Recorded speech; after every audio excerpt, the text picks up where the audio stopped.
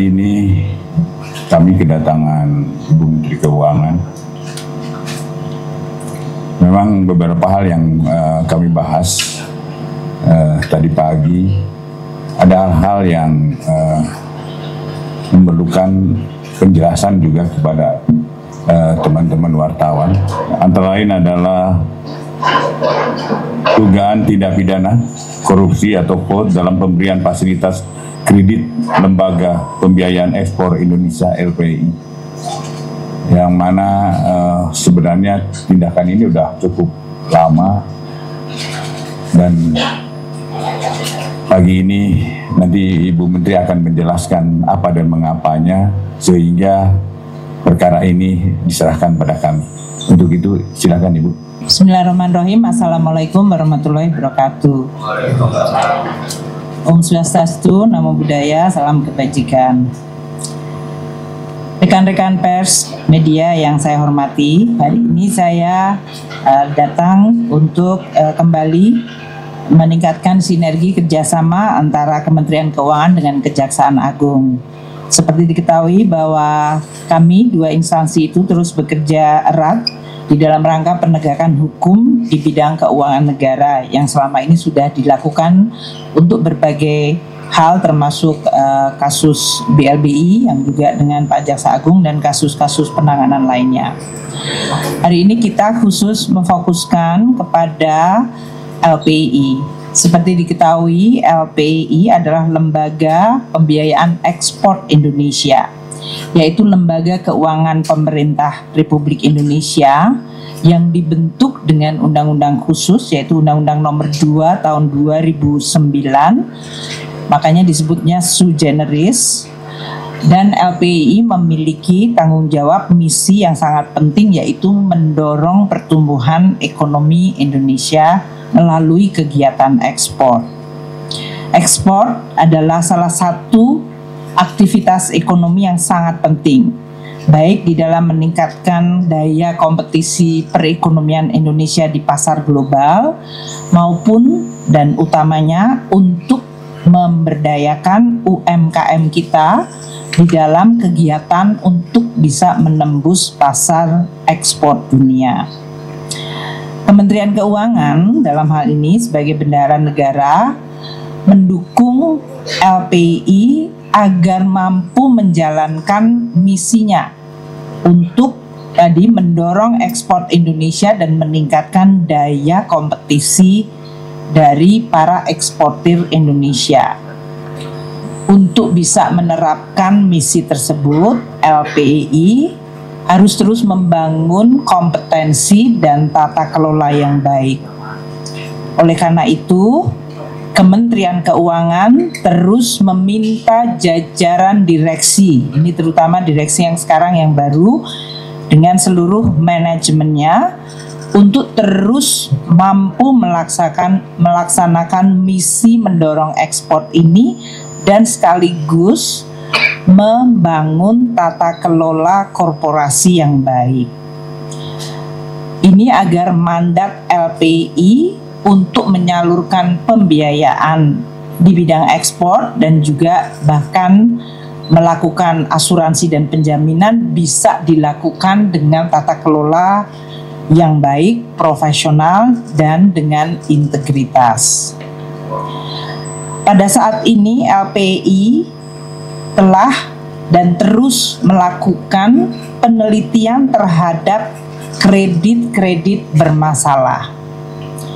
LPI telah dan terus bekerja sama dengan Jaksa Agung Muda Bidang Perdata dan Tata Usaha Negara atau Jamdatun, Badan Pengawasan Keuangan dan Pembangunan BPKP, dan Inspektorat Jenderal Kementerian Keuangan bersama-sama dengan LPI membentuk tim terpadu untuk meneliti seluruh kredit yang bermasalah di LPI. Ini tadi yang disebutkan oleh Pak Jaksa Agung bahwa kita berusaha untuk melakukan bersih-bersih tadi ya, yang tadi disampaikan oleh Pak Ketut. Nah, dengan tim terpadu antara LPI, BPKP, Jamdatun, dan Inspektorat Jenderal Kementerian Keuangan, kami telah menerima laporan hasil penelitian terhadap kredit-kredit bermasalah di LPI tersebut. Pada kesempatan yang baik pagi hari ini, kami bertandang ke Kejaksaan, dan Pak Jaksa Agung, Pak Burhanuddin, sangat baik hati untuk menerima kami untuk juga menyampaikan hasil pemeriksaan dari tim terpadu tersebut, terutama terhadap kredit bermasalah yang terindikasi adanya fraud, yaitu adanya dugaan tindak pidana yang dilakukan oleh debitur tersebut.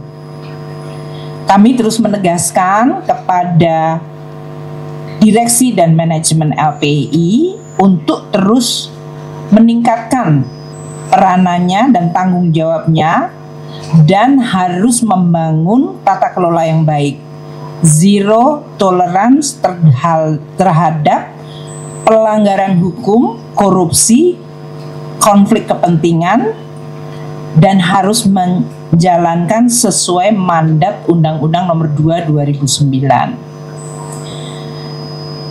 Kami juga mendorong LPI untuk terus melakukan inovasi dan koreksi, dan bersama-sama dengan tim terpadu tadi, yaitu BPKP, Jamdatun, dan Inspektorat, untuk terus melakukan pembersihan di dalam tubuh LPI dan neraca LPI. Hari ini khusus kami menyampaikan 4 debitur yang terindikasi fraud dengan outstanding pinjaman 2,5 triliun. Untuk seterusnya Bapak Jaksa Agung akan menyampaikan. Terima kasih Bapak. Silakan Pak. Baik, teman-teman. Jadi untuk tahap pertama, ya, saya katakan tahap pertama adalah 2,5 triliun. Dengan nama debiturnya saya sebutkan, RII sebesar 1,8 triliun, SMR 218 triliun. Ini nama PT ya, nama perusahaannya. Ya. 216 miliar. Ya. 216 miliar, kemudian PT SFI adalah 1,44 miliar, dan PT PRS sebesar 305 miliar. Jumlah keseluruhannya adalah sebesar 2,505,119 triliun. Teman-teman, itu yang tahap pertama. Nanti ada tahap keduanya. Saya ingin mengingatkan kepada yang sedang dilakukan pemeriksaan oleh BPKP, tolong segera tindak lanjuti ini. Daripada ada perusahaan ini nanti akan kami tindak lanjut secara pidana. Sampai saat ini masih dalam pemeriksaan. Saya himbau kepada, nanti ada beberapa PT, ada 6 perusahaan. Tolong segera tindak lanjuti apa yang menjadi kesepakatan tadi antara BPKP, kemudian dari inspektoratnya, dari Jamdatun. Tolong ini laksanakan sebelum nanti akan ada penyerahan dalam tahap 2-nya. Itu sebesar 3 triliun.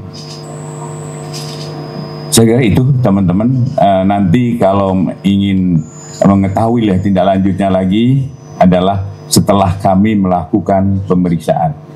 Kami akan buka kembali apa yang sebenarnya perbuatan itu dia lakukan.